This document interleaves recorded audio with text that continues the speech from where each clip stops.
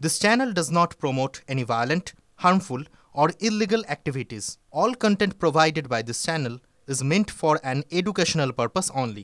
এবার বাংলাদেশের কথায় আসি। প্রহসনের রায় হাসিনার ফাঁসির সাজা হতেই ক্ষোভের আগুনে পুড়ছে বাংলাদেশ। বিভিন্ন জায়গায় গন্ডগোল, অগ্নিগর্ভ রাজধানী ঢাকা সহ বিভিন্ন জেলায় আওয়ামী লীগের বিক্ষোভ। বিক্ষোভকারীদের সঙ্গে পুলিশ এবং সেনার দফায় দফায় সংঘর্ষ। চট্টগ্রাম, সিলেট, কিশোরগঞ্জ, ধানমন্ডিতে ক্ষোভের আগুন দেখা যাচ্ছে। রাজশাহী, খুলনা, উত্তরাতেও বিক্ষোভ হাসিনার দলের। জায়গায় জায়গায় জাতীয় সড়ক অবরোধ করে বিক্ষোভ। পরিস্থিতি সামলাতে টিয়ার গ্যাসের সঙ্গে পুলিশ গুলি চালায় দাবি বিক্ষোভকারীদের। ইউনূস সরকারের উপদেষ্টাদের বাড়ির সামনে বিক্ষোভ, বোয়াবাজি। আওয়ামী লীগ বাংলাদেশে অনির্দিষ্টকালের শাটডাউনের ডাক দিয়েছে। মোহাম্মদ ইউনূসের যে ক্যাঙ্গারু কোর্ট, সেই ক্যাঙ্গারু কোর্টে বিচারের নামে প্রহসন চলছে, সেটাই তো স্বাভাবিক। আর ইতিমধ্যে শেখ হাসিনার ফাঁসির সাজাও সেখানে ঘোষণা হয়েছে এবং তারপর থেকে আবারও নতুন করে অগ্নিগর্ভ হয়েছে বাংলাদেশ। ইতিমধ্যে দুজনের মৃত্যু হয়েছে এবং এক আওয়ামী লীগের নেতার বাড়িও ভাঙচুর করা হয়। তন্ময় প্রামাণিক রয়েছেন আমার সঙ্গে, আমি তন্ময়ের কাছে চলে যাবো। তন্ময়, কোথাও একটা আগে থেকে আগাম ছিল যে এই রায় মানে বিচারের নামে যে প্রহসন, তার সাজা ঘোষণা এই দিকেই এগোতে চলেছে, যেটা সাজিদ ওয়াজেদ জয়ও তিনি নিজেও বলেছিলেন। এবং এর আগে থেকেই আবারও নতুন করে অগ্নিগর্ভ হয়ে ওঠে বাংলাদেশ। এই মুহূর্তে বাংলাদেশের কি অবস্থা? দেখো, এই মুহূর্তে বাংলাদেশের অবস্থা বলা চলে একবারে অগ্নিগর্ভ। তার কারণ হচ্ছে তুমি সিলেট, চট্টগ্রাম, খুলনা, বরিশাল, ঢাকা, বিস্তীর্ণ অংশ, বিভিন্ন জায়গা, সেখানে কিন্তু আগুন জ্বলছে। জাতীয় সড়ক অবরোধ রয়েছে। পুলিশ এবং সেনার সঙ্গে দফায় দফায় জনতার সংঘর্ষ, বা আরও স্পষ্ট করে বললে আওয়ামী লীগ সমর্থকদের সংঘর্ষ চলছে, গুলি চলেছে, টিয়ার গ্যাস চলেছে।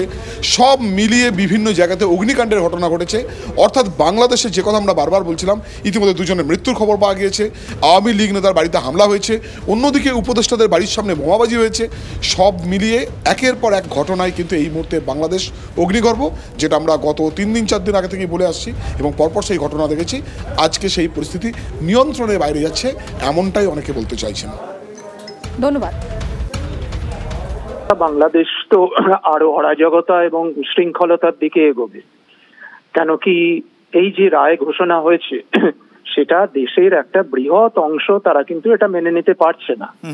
আওয়ামী লীগ বলুন, ছাত্রলীগ, তারা হয়তো নিপীড়নের কারণে অনেক ক্ষেত্রে একটু ব্যাকফুটে আছে, কিন্তু তারা এটা মেনে নিতে পারছে না এবং বাংলাদেশে অরাজকতা উশৃঙ্খলতা বৃদ্ধি পাবে। এবং আমরা দেখেছি যে বাংলাদেশে তারা পাকিস্তানের সাহায্য নিয়ে বাংলাদেশকে ভারত বিরোধী কার্যকলাপের একটা ঘাঁটি বানাতে পারে। ফলে ভারতের সীমান্ত চূড়ান্ত সতর্ক থাকতে হবে। মৌলবাদী এবং বাংলাদেশের সার্বভৌমত্বের যারা বিরোধী, তাদের রমরমা ব্যাপার চলছে। পাকিস্তানের সঙ্গে দহরম মহরম করে বাংলাদেশকে ব্যর্থ রাষ্ট্রে পরিণত করার চক্রান্ত চলছে। রাষ্ট্রশক্তিকে কাজে লাগিয়ে একটা বিচারের নামে প্রহসনের মাধ্যমে প্রাক্তন রাষ্ট্রপ্রধানকে এইভাবে মানে মৃত্যুদণ্ড দেওয়া, এটা কোনো সভ্য দেশের কাজ নয়। আবার আগুন জ্বলছে বাংলাদেশে। থমথমে ভারত বাংলাদেশ সীমান্ত। অশান্তির আবহে সতর্ক border security force.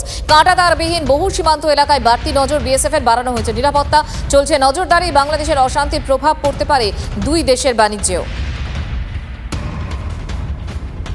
Bharat Bangladesh সীমান্তের এই এলাকায় কিভাবে নিরাপত্তার কড়াকড়ি, দেখো বাংলাদেশে যে ট্রাক, সেই ট্রাক দুপারে যাচ্ছে, কখনো ভারতে ঢুকছে, কখনো বাংলাদেশের দিকে যাচ্ছে।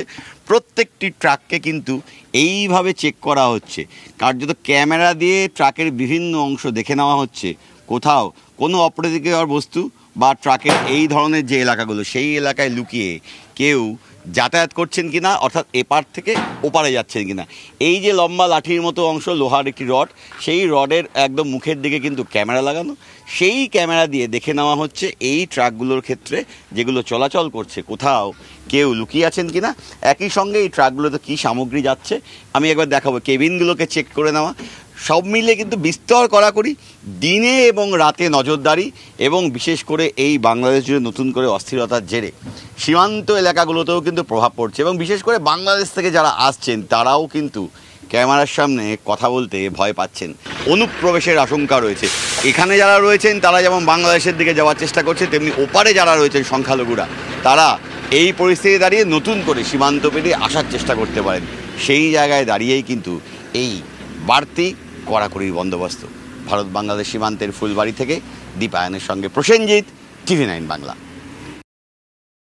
অন্তর্বর্তী সরকার আসার পরে আমাদের বিজনেসের উপর একটা ভালো প্রভাব পড়েছে আর কি। সমস্যা বলতে আমাদের গাড়ি ঘোড়া ঠিকভাবে আগে যে পরিমাণে যে ভলিউমে গাড়ি যেত, এখন সেরকম ভলিউমে গাড়ি যাচ্ছে না। আমরা যখন বাংলাদেশের ইম্পোর্টারকে ফোন করছি তখন ওনারা বলছে যে ওনাদের যদি সরকার নেই তাই নতুন কোনো ওয়ার্ক বা কোনো কাজ সেরকমভাবে চালু হচ্ছে না। তো সেক্ষেত্রে একটা সমস্যার মুখে ওনারাও আছে, আমাদেরও তো অলরেডি আছি, যেহেতু আমাদের বিজনেসটা আগের থেকেও এখন ভলিউম অনেক ডাউন হয়ে গেছে।